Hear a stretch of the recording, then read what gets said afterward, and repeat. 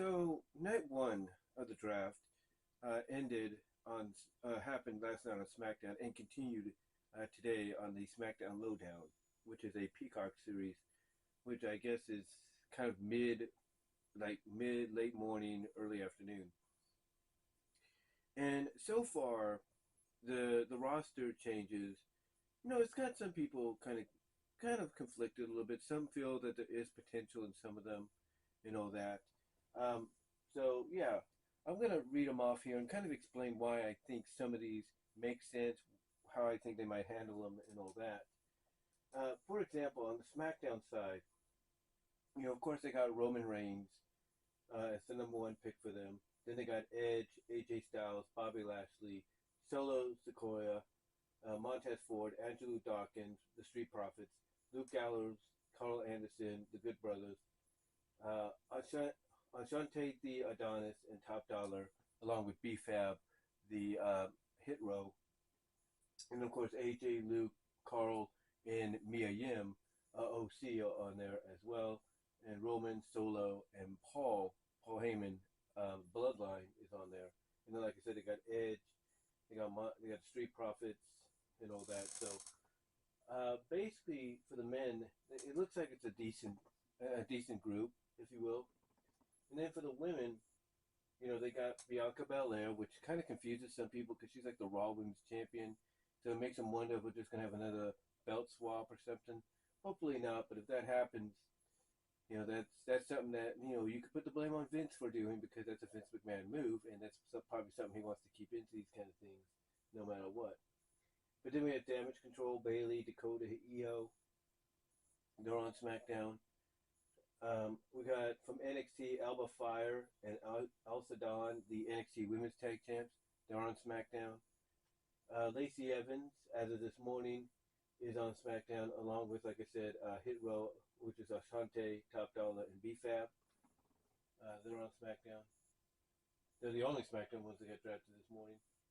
And then for Raw, you got Cody Rhodes, drafted number one, Drew McIntyre, Shinsuke Nakamura, Matt Riddle, The Miz, Imperium, which is Gunther, Giovanni, and Ludwig. You got the Maximum Male Models, which is Mansoor, Mace, and Maxine. You got the Viking Raiders, which is Eric, Ivar, and Valhalla, Sarah Logan. From NXT, you got Apollo Crews. You got Dexter Lumis is going to be on Raw, so he'll be reunited with Indi Hartwell. We'll get Index there. That should help them out, I believe.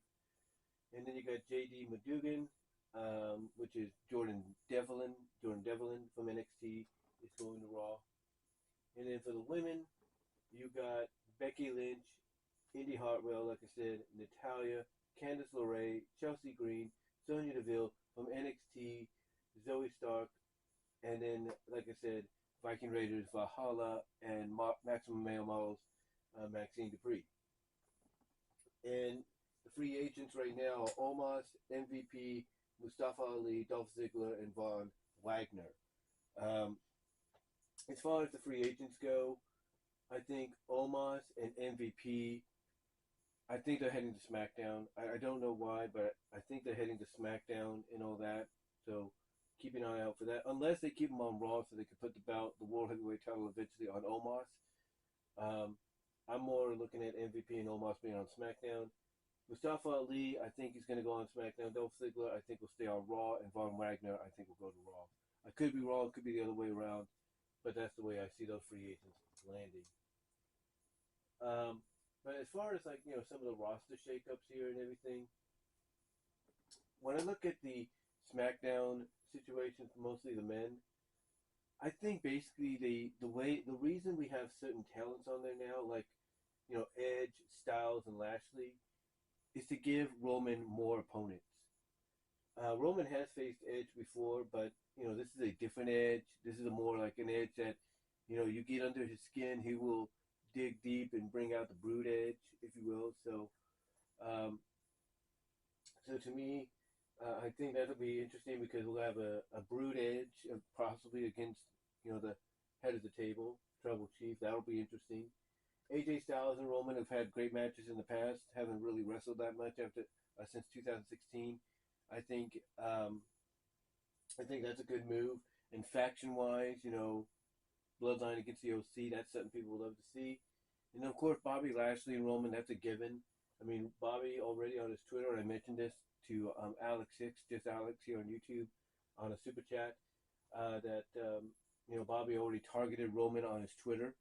So there you go. You pretty much, in my opinion, have set Roman up, because if the plan is to still get to him and Cody at SummerSlam, unless they change things, because Cody made it clear to himself, and WWE's Twitter page and YouTube page and all that has already shown this, because Cody, along with the Raw roster, was most of the Raw roster, if you will, was over on across the pond in Belfast, and Cody basically made it clear, don't matter what brand he's on, he's going to finish the story against Roman. So the only way we see that happening is if a trade happens within the next several days after Raw, or if he wins Money in the Bank. That's the only way it's going to happen. So yeah, they are talking about doing a rematch at WrestleMania 40, but that's only being put on the table as a possibility. Not saying that's going to happen. So the most logical thing is two most logical things that could happen, in my opinion, is you're either getting a trade, or you're getting Cody winning MITB to cash in on Roman at SummerSlam. So we'll see what happens. Even though LA Knight's being discussed as a strong possibility to do it, the thing is, will they go with LA Knight? Will they do it? Will they actually follow through on that? We'll see. But I think honestly, like I said, the two most logical things is a trade or MITB. If they do a trade, LA Knight's winning Money in the Bank. If they don't do a trade, Cody's winning Money in the Bank. So there you go. But yeah, to me, this gives Roman a couple of possibilities, a couple of good main event matches. In between then, for pay-per-views as well as even television. I mean, think about it. On the positive side, you have him and Montez Ford. That could be something that people could get behind.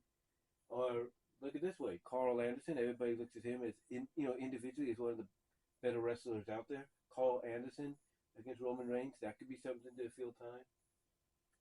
Possibilities are there. But the most logical ones, obviously, right off the bat, Edge, AJ, and Bobby. I think we all know that that's going to happen. And then, as far as the women go, Bianca, here's the thing about the women's championships. They say it's going to be another belt swap and everything. That might happen, but I don't think. But if it doesn't, I think they should go another route. I think, and hopefully they thought about this. Hopefully Triple H has thought about this. Instead of doing a belt swap, which it does look like it's going to be the direction to go in, maybe they just might rechristen the championships. Like, Bianca will hold the title she still has, but now it'll be rechristened the Women's Universal Championship or the Women's World Championship, or something like that. Because, we know that the Universal title is the blue strap for the men, right? So they could go that route. They could say, okay, the red belt for the women's world title, the blue belt or the blue plated belt that's held by Rhea, that's the women's universal title. They could do that too, and they don't have to switch them. They don't have to switch them whatsoever. They just have to change the straps and that's it. But they don't have to if they want to. But that's about it. So to me, unless they do what everybody's saying is the obvious, which is the belt swap, then I could see them just renaming these championships. The Women's World Championship held by Bianca and the Women's Universal title held by Rhea. I could see that. Or the other way around, either way. But I could see it being that way, which would make it more sense. You avoid doing a belt swap, which you should know is going to get on people's nerves. You avoid that, and the women still keep their titles. They're just now dubbing them different names, Women's Universal, Women's World. In my opinion, makes more sense. So, outside of that, if Bianca's going to be the one on SmackDown now, as a face of the women's division, she's got some familiar foes, there's no doubt, but her and Alba Fyre, one-on-one, that's something to look into. Her and Elsa Dawn, maybe, is something to look into. But mostly, she's already been in the ring with Bayley. She's been in the ring with Dakota. Io, well, she's going to be in the ring with Io soon. But Minchin, she's been in the ring with before, I think. But an OC Minchin, that Mia Yim, if you will. I think it's going to be a good one. Alba Fyre, though, is one I think a lot of fans are going to want to see. Her and Bianca, I think that would be great. I think that would be great. Outside of that, tag team wise, Street Profits on SmackDown, along with the OC, Gallows and Addison, and Hit Row. That's a decent start to a tag division and everything. And if and if they're gonna pair Roman and Solo up as a tag team outside of Roman just being, the undisputed Universal Champion, that's something too. So the tag division looks okay, in my opinion. But SmackDown did good. Raw, I think, is going to do good. They already have pretty much, they pretty much have, in my opinion, decent names for the World Heavyweight title situation, however they're going to do that. I mean, Cody, Drew, Shinsuke, Matt, Miz, Gunther, Apollo Crews, in my opinion, JD Dugan right now. Those are names that I would consider putting into whatever situation you're going to crown the World Heavyweight Champion out of. So those are good names to go with. And then the women, I mean, obviously if Rhea goes there, Rhea's going to have Becky to work with, Indi, when she gets healthier, to work with, Candice LaRae, of course, Zoey Stark and Rhea, Zoey Stark and Becky. That's going to be pretty good. And then, of course, and then Chelsea Green, you can't go wrong with her, especially the Royal season. Free agent-wise, like I said, Omos and MVP, I think they're going to go to SmackDown, continue the situation with Bobby there. Mustafa Ali, I think he's going to go to SmackDown. Ziggler and Wagner, I think, are going to be Raw-based. Because if they want to get Von Wagner as a main eventer, according to rumors, Raw right now and the World Heavyweight title there is the perfect place for him. Same with Ziggler. Ali, MVP, and Omos, they definitely need to change the scenery. SmackDown will give them that change of scenery, in my opinion. And again, you put Omos in there, you give Roman another challenger, and you have someone on SmackDown that Roman could go up against and beat and really solidify himself with, hey, I am the tribal chief, I am the head of the table, I just beat this big Nigerian giant to prove it. So, that's one way. That's one reason I think they're going to end up on SmackDown as well. And then, of course, the promo off, as people would say, between MVP and Paul Heyman would be magic, in my opinion. No doubt about it. And Mustafa Ali, I think, again, change the scenery, especially if Austin Theory's going to go over there. He could have some killer matches with Theory and all that, as well. And then, of course, he would have some new playmates, if you will, like he's been in the ring with AJ before, but, it's been a while, so, so right now it looks like, in the positive side, some decent matchups could occur on both ends of the spectrum. As far as the Raw women go, again, like I said, you got all the possibilities there. So, yeah, to me, I know some people are kind of up and down, and rightfully so, about some of these draft picks going to Raw and SmackDown. We still haven't finished. We still have Monday and possibly Monday Night Raw, and possibly Tuesday morning, or even the Raw post show afterwards to figure out who's going to go where. But overall, I think these draft picks are pretty good. They do, paint a bigger picture of potential rivalries and stuff, especially for SmackDown and the Roman Reigns situation. I mean, hey, I think that's going to be a winner for them in the long run. And whether and how Cody gets back to Roman, again, either two logical ways is trade or Money in the Bank. But let me know what your thoughts are on the draft. Who do you think won out? And until next time, I am out.